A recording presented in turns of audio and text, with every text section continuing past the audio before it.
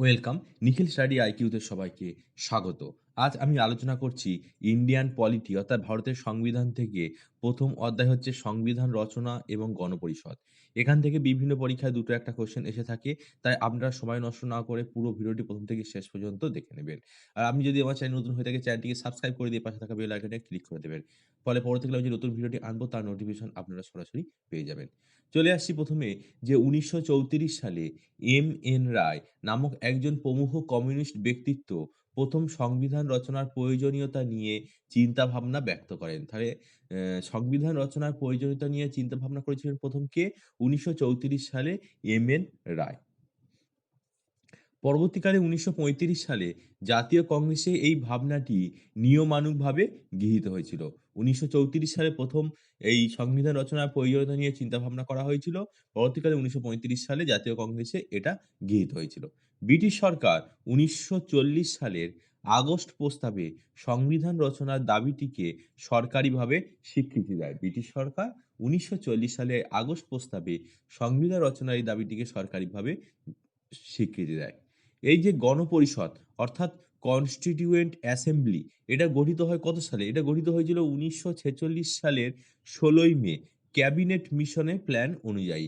গণপরিষদ cabinet মিশনের plan অনুযায়ী ১৯৪৬ সালের ১৬ই মে গঠিত হয়েছিল। আর এই ক্যাবিনেট মিশন ভারতে আসে কত সালে? ভারতে এসেছিল ১৯৪৬ সালের ২৪শে মার্চ। তাহলে ক্যাবিনেট মিশনের প্ল্যান অনুযায়ী গণপরিষদ গঠিত হয়েছিল। গণপরিষদের গণপরিষদের প্রথম অধিবেশন বয়সে ৯ ডিসেম্বর ১৯৪৬ সালে কোথায়? নিউ দিল্লিতে। তাহলে কোশ্চেন হতে পারে গণপরিষদের প্রথম অধিবেশন কোথায় হয়েছিল? নিউ দিল্লিতে। কবে হয়েছিল? ১৯৪৬ সালে। গণপরিষদের প্রথম অস্থায়ী সভাপতি কে ছিলেন? গণপরিষদের প্রথম অস্থায়ী সভাপতি ছিলেন ডক্টর সচ্চিদানন্দ সিনহা। গণপরিষদের প্রথম স্থায়ী সভাপতি কে ছিলেন? গণপরিষদের প্রথম স্থায়ী সভাপতি ছিলেন ডক্টর রাজেন্দ্র প্রসাদ। তাহলে গণপরিষদের প্রথম অধিবেশন হয়েছিল ১৯৪৬ সালে। কোথায়? নিউ দিল্লিতে। গণপরিষদের প্রথম অস্থায়ী সভাপতি কে ছিলেন? ডক্টর সচ্চিদানন্দ সিনহা। গণপরিষদের প্রথম স্থায়ী সভাপতি কে ছিলেন? ডক্টর রাজেন্দ্র প্রসাদ। সংবিধান তৈরির খসড়া কমিটি, এই যে খসড়া কমিটি অর্থাৎ ড্রাফটিং কমিটি, এটা গঠিত হয়েছিল ১৯৪৭ সালের ২৯শে আগস্ট। ড্রাফটিং কমিটি গঠিত হয়েছিল ১৯৪৭ সালের ২৯শে আগস্ট। সংবিধান তৈরির খসড়া কমিটির সভাপতি কে ছিলেন?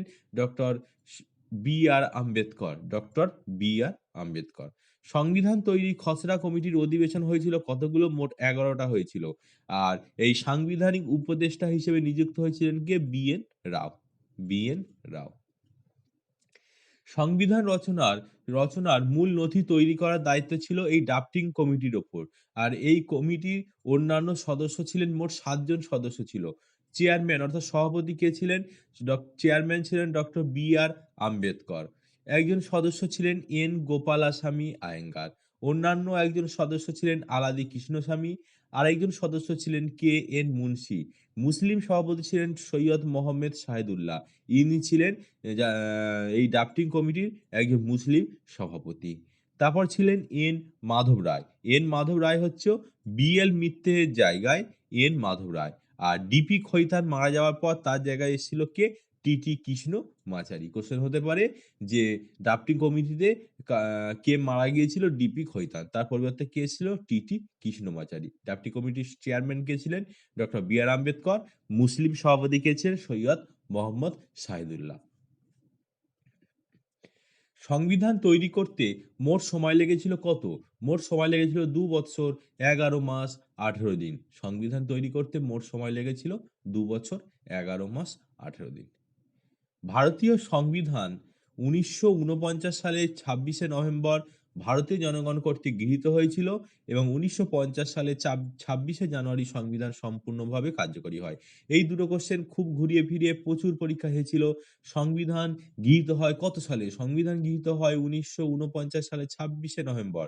সংবিধান কার্যকরী হয় কত ভাবে? সংবিধান কার্যকরী হয় ১৯৫০ সালের ২৬শে জানুয়ারি। এই দুটো কোশ্চেন বিভিন্ন পরীক্ষায় ঘুরিয়ে ফিরে আসে। মূল সংবিধান যখন সংবিধান রচনা হয়েছিল তখন ৩৯৫টি ধারা অর্থাৎ আর্টিকেল 22টি অধ্যায় অর্থাৎ পার্ট এবং 8টি তালিকা অর্থাৎ শিডিউল ছিল। কিন্তু বর্তমানে সংবিধানে সেই ধারাটা অর্থাৎ আর্টিকেলটা বেড়ে দাঁড়ায় 448টা অধ্যায় যতগুলো ছিল সেই 22টি অধ্যায় রয়েছে, কিন্তু শিডিউল আগে 8টা ছিল, এখন বর্তমানে 12টা হয়ে গেছে। সংবিধানের জনক কাকে বলা হয়? Father of the Indian constitution doctor B R. Ambedkar. Doctor B R. আম্বেদকরকে সংবিধানের জনক বলা হয়। গণপরিষদের মোট সদস্য সংখ্যা ছিল ৩৮৯ জন। এর মধ্যে ২৯২ জন নির্বাচিত হয়েছিল প্রদেশ থেকে, ৯৩ জন মনোনীত হয়েছিল দেশীয় রাজ্য থেকে এবং ৪ জন মনোনীত হয়েছিল চিফ কমিশনার অঞ্চল থেকে, দিল্লি, আজমির, মারওয়ার, কুর্গ এবং ব্রিটিশ বালুচিস্তান। এই ছিল আজকের আমার মূল টপিক। আপনাদের যদি আমার এই ভিডিওটি ভালো লেগে থাকে প্রচুর পরিমাণে লাইক, শেয়ার, কমেন্ট করবেন। নেক্সট ভিডিওতে এই সংবিধান রচনা এবং গণপরিষদ থেকে আমি বাছাই করা কিছু এমসিকিউ কোয়েশ্চেন আনবো। আপনারা যদি আমার চ্যানেলটিকে সাবস্ক্রাইব করে না থাকে, অবশ্যই সাবস্ক্রাইব করে দিয়ে পাশে থাকা বেল আইকনটাকে ক্লিক করে দেবেন। ফলে পরবর্তীকালে আমি যে নতুন ভিডিওটি আনবো তার নোটিফিকেশন আপনারা সরাসরি পেয়ে যাবেন। নিখিল স্টাডি আইকিউতে সবাইকে স্বাগত।